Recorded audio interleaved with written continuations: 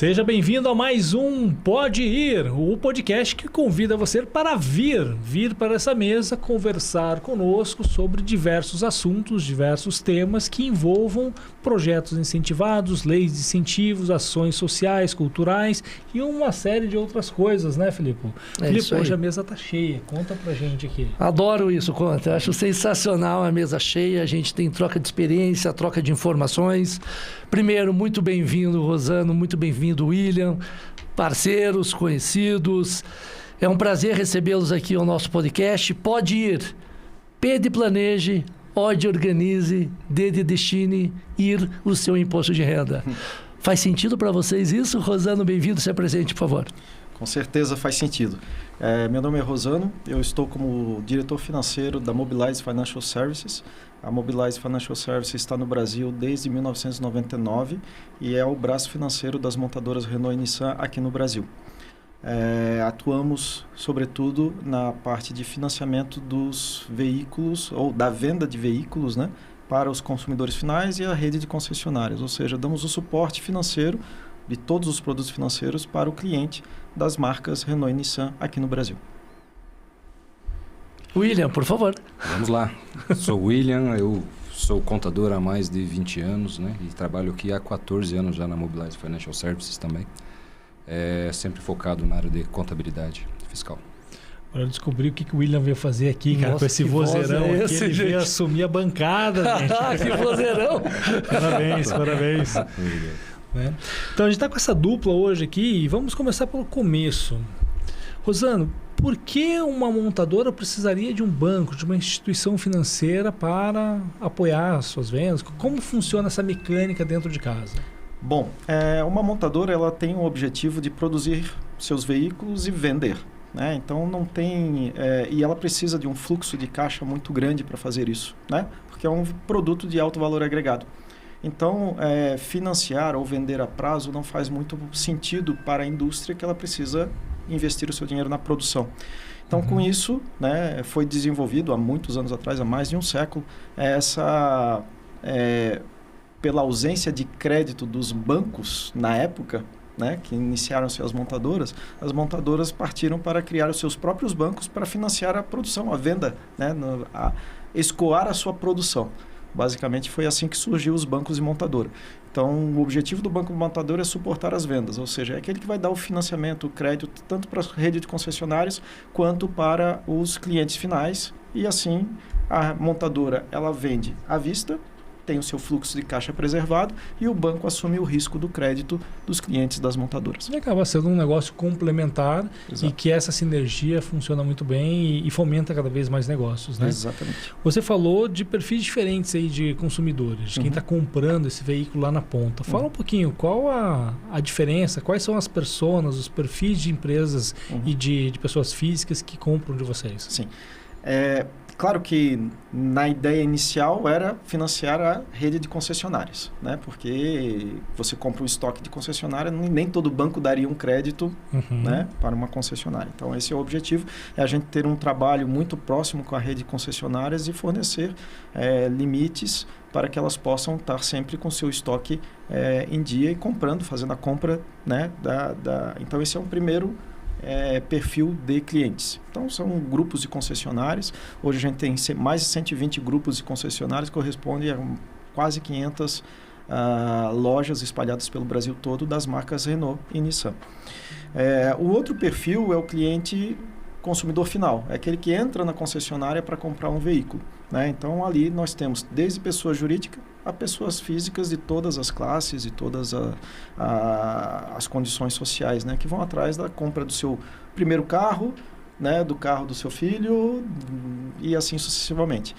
Isso é a ideia inicial de todo o processo e é claro que com o passar dos anos a gente agrega muito mais serviços e é por isso que hoje mudou o nome para Financial Services, serviços financeiros, porque além do financiamento a gente oferece seguros e uma série de serviços que estão ligados ao carro, para oferecer uma gama completa para o cliente, que saia com o carro e com, né, toda a segurança necessária para usufruir seu novo bem, né? O tão querido carro novo, né? É isso.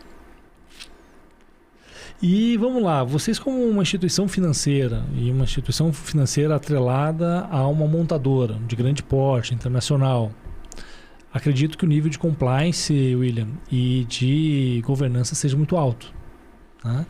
Como que isso é somado aos tempos de ESG que nós estamos vivendo hoje, com as pressões, e aí a gente tem a pressão de cima, de investidor, de acionista, do sistema financeiro e também do consumidor final, do cidadão de bem que está lá na loja comprando seu veículo, também preocupado, talvez nem tanto com a governança da empresa, porque isso é um pouco distante do consumidor final, mas ele é muito mais exigente nas responsabilidades sociais, ambientais das empresas, né? Sim. Isso é uma tendência bem, vamos dizer, não vou dizer na moda, que é meio clichê, né? Mas é uma tendência forte hoje em dia, mas grandes corporações já se preocupam com isso há muito mais tempo, né? E para a indústria automotiva isso é importante, porque hoje falar de carro e falar de meio ambiente é uma coisa meio contraditória. E por isso todo o investimento que a indústria está fazendo em veículos elétricos ou outras possibilidades de locomoção, né? E por isso o banco se chama Mobilize. Nós oferecemos soluções de mobilidade urbana e também para todas as outras cidades. Mas isso já vem dentro da indústria sendo pensado, né? Esse impacto que a ação do homem faz, primeiro no ambiente, né? No meio ambiente, depois a responsabilidade social que as empresas têm que ter, porque afinal de contas é da sociedade que ela tira o seu sustento, é da sociedade que ela remunera o seu acionista, e ela precisa entregar alguma coisa, não só o produto que ela está vendendo. Ela precisa ter uma responsabilidade também social, né? E ajudar ao crescimento e a essa sociedade. E a parte de governança é ser o mais transparente e o mais zeloso, né? Principalmente quando a gente fala em questões de que se vê tudo, né, de desvio de dinheiro, corrupção e tudo mais, e a governança ela vem justamente para fortalecer que aquilo está sendo feito com a forma mais transparente possível, né, e dentro de critérios onde não dependam só de uma pessoa, mas dependam de uma governança institucional para tomar as decisões. Então, isso já se discute há muito tempo, mas hoje está bem, vamos dizer, saiu do ambiente corporativo e está no ambiente dos clientes. Os consumidores começam a olhar para isso, né? E ver o quanto é sustentável. A gente tem vários casos de empresas que estão muito bem hoje porque elas, desde o princípio, elas, né, saíram de uma, dessa maneira, de uma forma, né? Sustentável, né? Sim. Então, isso tá bem... E tudo que a gente vê nas notícias, o caso das enchentes do Rio Grande do Sul, ou seja, essas alterações climáticas, elas voltam ao consumidor a saber, e o que essa indústria especificamente, ou essa empresa faz para minimizar o seu impacto no meio ambiente, né? Além das questões sociais. Então, isso para nós passa a ser uma pauta, passa a ser uma agenda. Isso é um movimento global, então isso são diretrizes globais, né? Para que as ações, principalmente redução do impacto da pegada de carbono, ou seja, redução da pegada de carbono da empresa, dos colaboradores, isso comece a ser mensurável, analisado, e existem metas para a redução desse impacto na natureza, né, para toda a empresa. Então, isso faz muito sentido hoje para nós mostrarmos que, além de tudo, a gente se preocupa com o meio ambiente, se preocupa com a questão social, né, e também com a governança. Bacana. E muitas vezes a gente vê em corporações mais robustas, ou comitês ou áreas que encabeçam alguns projetos. Uma área de inovação, uma área de responsabilidade social, o próprio RH muitas vezes abraça algumas causas, alguns projetos. A área de marketing, até pela visibilidade, né, de dar essa visibilidade ao mercado, abraça e promove muitas ações. E a provocação para vocês, e digamos, um exemplo para quem está nos acompanhando, até como um estímulo, como que a área financeira, contábil, fiscal, pode contribuir com essas visões e de forma prática também. O que a gente faz muito primeiro o William, né, está aqui, responsável por todos os cálculos de destinação de imposto de renda. Então, ele prepara, né, faz uma prévia daquilo que a gente iria pagar durante o ano e passa para a área que hoje começou com o RH, no início, né, quando a gente começou a destinar, né, parte do nosso imposto de renda começou na área de RH. Hoje é o marketing, centraliza todas essas ações, né? Então já tem algo mais robusto, onde antigamente era um pouco incipiente dentro da empresa, hoje já começa a ganhar corpo. E a área financeira, ela provê exatamente as informações, né? Qual é a nossa perspectiva de pagamento de imposto, e quanto que a gente poderia destinar deste imposto e faz um planejamento durante o ano. E o William, que está aqui conosco, pode falar um pouco mais sobre isso. Ele é o responsável pelo cálculo. A mágica dos números, é isso? Conta pra gente, William. Como é que funciona isso? Não somente a mágica, né, dos números, mas realmente não extrapolar os limites, né, que podemos utilizar para essas leis de incentivo, né, propriamente ditas. E como é que funciona? Porque assim, quem nos acompanha, alguns já têm alguns projetos, né, Felipe? Mas a gente bate muito na tecla do lado de cada, da bancada dos nossos convidados, sobre a dificuldade de acesso à informação, as dúvidas que surgem, as resistências. Puxa, mas eu não fiz, será que não vai dar problema? Será que não vai baixar aqui mês que vem o auditor da Receita, querendo investigar o que a empresa está fazendo só porque eu estou destinando um imposto? Ou muitas vezes o Felipe defende muito isso, que encontra alguns clientes, a totalidade dos 10%. Puxa, mas eu já coloco 4% para cultura. Se eu for destinar 2% para esporte, eu vou perder metade do meu orçamento que eu tenho de benefício para cultura. E o Felipe sempre dá uma aula, né? Vale recapitular aqui. Explica um pouquinho. Não só uma aula, né? É uma informação, né? Que é muito importante. O Conte e o William já sabem que as empresas podem destinar os 10% do imposto.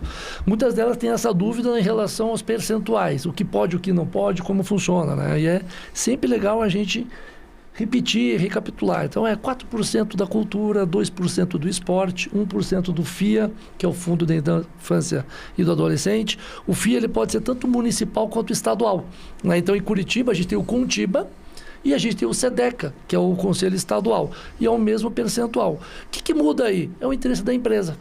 Se a empresa tem ações no município, ela vai apoiar o município. Se ela tem atuações no estado do Paraná, ela vai procurar projetos que tenham essa capilaridade nos municípios mais fácil, né? E a gente tem o Fundo do Idoso e o PRONON e o PRONAS, né? Que quando a gente conversou um pouquinho nos bastidores, são duas leis muito mal divulgadas, quando a gente pode dizer isso. As empresas não conhecem a possibilidade, porque ela tem realmente algumas dificuldades, né? Então, um PRONON, ela sai muito tarde, Rosana e Valdir, e William, desculpa. A gente sempre tem a destinação entre novembro e dezembro da aprovação.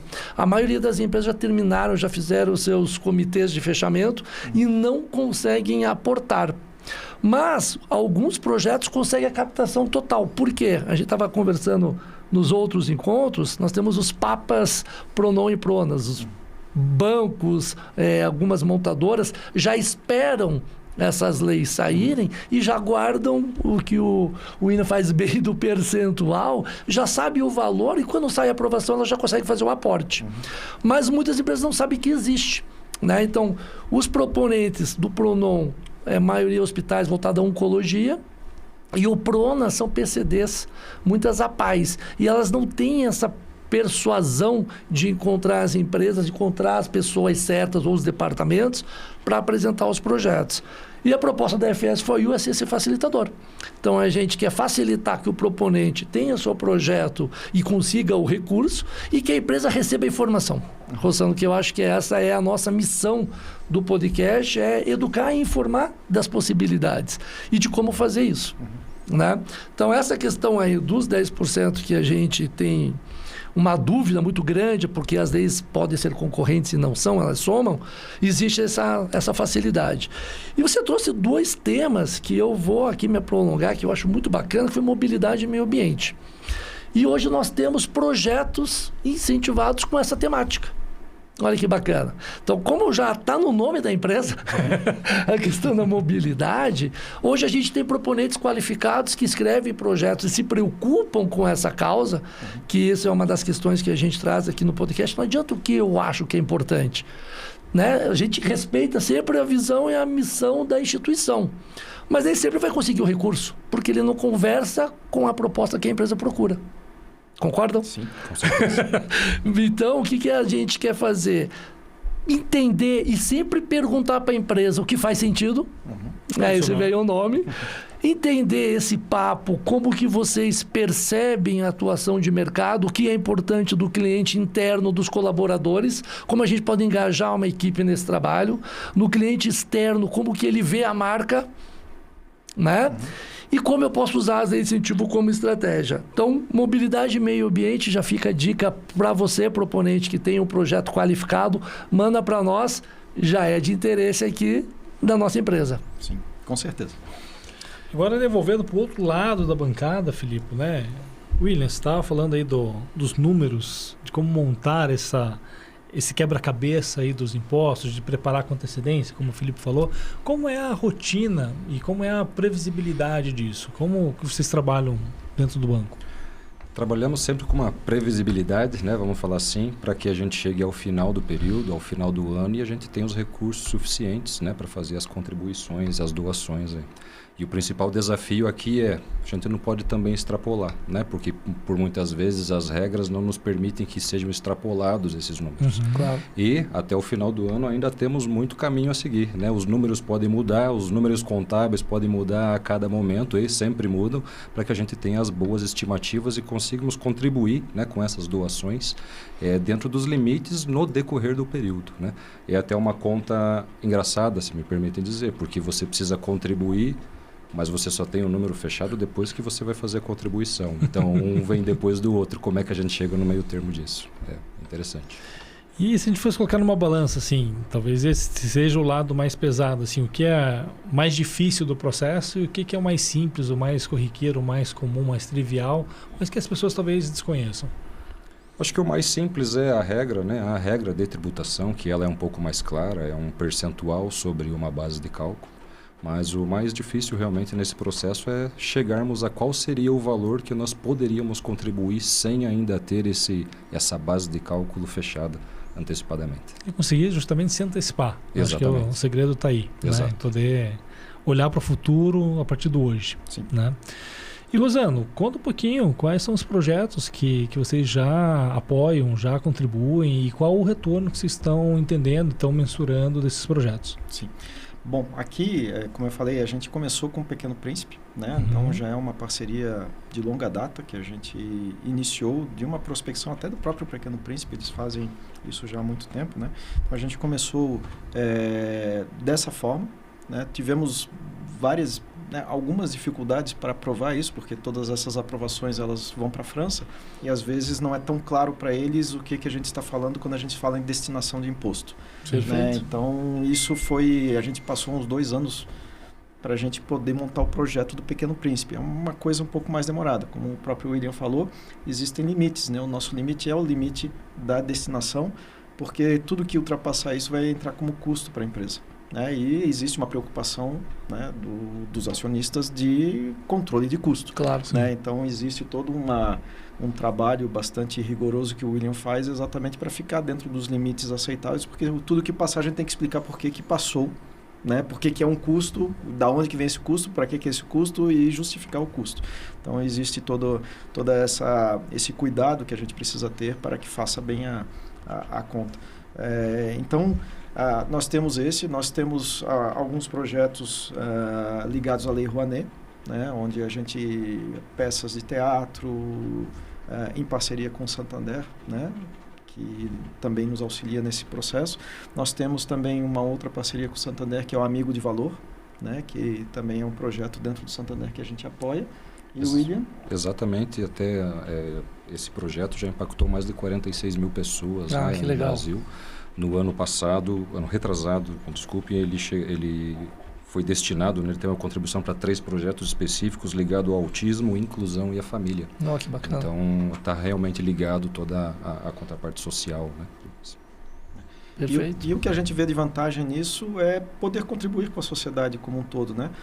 Enquanto banco de montadora, nós não temos marketing institucional, porque nós atuamos dentro da rede de concessionárias, né? O que importa é a marca Renault, a marca Nissan para nós. Não é o banco que é o protagonista. Não é um banco de varejo, né? Exatamente, onde a gente está disputando clientes, né? Então a gente tem uma publicidade bastante modesta, né? Em termos dessas partes. E só o fato que a gente estava conversando com a nossa diretora de marketing hoje sobre a questão da destinação, e ela falou muito bem, né, William? Me repete as palavras dela que você... Sim, nós temos que investir, né, nessas doações para aquilo que realmente faça bem à comunidade, que tem toda a questão social. E não simplesmente nós temos uma participação, mostra a nossa marca para um evento que não vai trazer valor para a sociedade, vai trazer valor a um público que não necessariamente necessite, né, dessas doações. É legal porque a gente fecha o ciclo que a gente começou falando aqui sobre o propósito, sobre a responsabilidade de fato que a empresa tem que ter, sobre a sociedade que está ao redor, que está no mercado onde a empresa está inserida, né? Que é a proposta exatamente da FS4U, né? Então é a gente usar o imposto de forma estratégica, gerando valor, e ser essa cadeia do bem, né? Então nós queremos hoje ser um ecossistema do bem, onde todas as pontes sejam bem ligadas. Então o proponente que precisa do recurso, o investidor que apoia ou destina os seus impostos a essa causa, o impacto que isso vai gerar na sociedade, na comunidade, qual é o legado que a gente deixa, que eu acho que é uma palavra fantástica para a gente, até ir para o fechamento, Conte, procurar projetos de legado, onde eu quero perpetuar minha marca, onde que eu quero que o meu colaborador se sinta assim, puxa, que bacana que a empresa está apoiando esse projeto, isso conversa comigo, conversa com os valores, está tudo muito bem alinhado, muito bem atrelado, né? E eu acho que essa é a proposta do podcast, que a gente está vindo aqui informar, divulgar, potencializar, trazer personalidades de todas as áreas. Acho que a gente conseguiu aí super, né? Segmentos diferentes, portes de empresas diferentes, né? Cadeiras diferentes. Exatamente. E mostrar que é possível, é ético, é transparente, pode, está na lei, e é só querer ou receber informação. Rosana, William, a gente percebe que muitas empresas não fazem porque não tem informação. Né? E isso para nós é muito triste, porque é um potencial de recurso gigante que tem no Brasil. E quantos projetos e quanto que a gente pode melhorar o nosso município, o nosso estado e o nosso país com uma ação simples, que é destinar um imposto que, William, me corrija, já não é nosso esse imposto, né? Já está lá no governo, eu só estou tirando a mão, dizendo para ele, eu não quero que vá para você, e eu estou redirecionando para uma causa que atenda a minha estratégia. Exatamente, por uma causa que eventualmente o governo não vai atingir, né? Para fazer o bem aí para as comunidades e para a população de uma forma geral.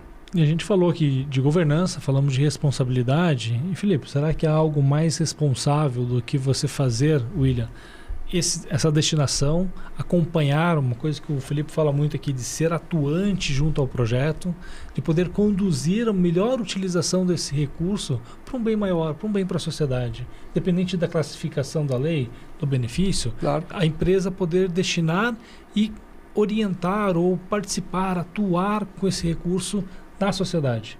E não simplesmente de forma irresponsável, simplesmente destinar. Eu tenho dinheiro, não volta para o caixa, então aponta para lá, eu nem sei o que aconteceu. Gerou resultado para a empresa, gerou resultado para a entidade, para o proponente, se o projeto foi um sucesso, foi um fracasso. Não, eu fiz a minha parte. E fazer a sua parte não é responsabilidade. Responsabilidade é fazer a sua parte com dedicação. Sim. Né? Responsabilidade e o mais importante, né, Conte? A gente está trazendo outros conceitos. A gente não quer mais que as empresas sejam investidoras ou patrocinadoras, mas que sejam participantes. Eu acho que esse é o grande recado e o legado do podcast para todo mundo que está ouvindo a gente. Empresas, sejam participantes, sejam fiscalizadoras, leve o seu time, leve os colaboradores para dentro dos projetos e vamos fazer a diferença. Sim. O objetivo nosso não é a divulgação da marca da empresa, e sim ajudar a sociedade naqueles projetos que fazem sentido para a sociedade. Esse é o grande ganho que a gente enxerga nas palavras da própria diretora de marketing. A empresa cresce e se valoriza muito mais quando ela é autêntica nessa execução. Sim. Né? Rosano e William, muito obrigado, mas eu queria que vocês deixassem uma mensagem final para quem está nos acompanhando. Como se aproximar, conhecer um pouco mais de vocês, da empresa, ou dos projetos, ou uma mensagem de estímulo, de incentivo, para quem, de repente, ainda não se mexeu, ainda não está fazendo esse cálculo antecipatório para se preparar. Como fazer? Dá uma mensagem para a nossa turma aqui. Acho que no sentido ambíguo da palavra é legal. Perfeito. Né? É legal no sentido jurídico e no sentido do bem que humano, preza tudo. né? Exato. E principalmente buscar o conhecimento, né? Então aqui faz sentido para você, a FS4U, que vai ajudar qualquer um que precise a saber como fazer, saber que projetos faz sentido para a empresa, né? Aquilo que dentro da cultura, dentro dos objetivos que a empresa tem, e também o acompanhamento, depois o resultado deste emprego deste dinheiro ou desta destinação, o que isso impactou a sociedade, o que isso impactou a atividade para a qual a empresa se destinou, né? Ou se propôs destinar seu IR, seu imposto de renda. Eu acho que isso é o principal. Excelente. Bom, para terminar, a gente criou aqui um ritual, gente. A gente brinda nossas canequinhas com uma proposta de amizade e proposta do bem. Boa. Muito bom. Muito obrigado a todos. Muito obrigado. Esse foi mais um Pode Ir, o podcast da FS4U. Venha conosco para o próximo episódio e continue aprendendo e compartilhando mais sobre como projetos incentivados podem fazer a diferença para quem realmente precisa. Nos ajude a disseminar esse conhecimento. Até a próxima. Valeu, time.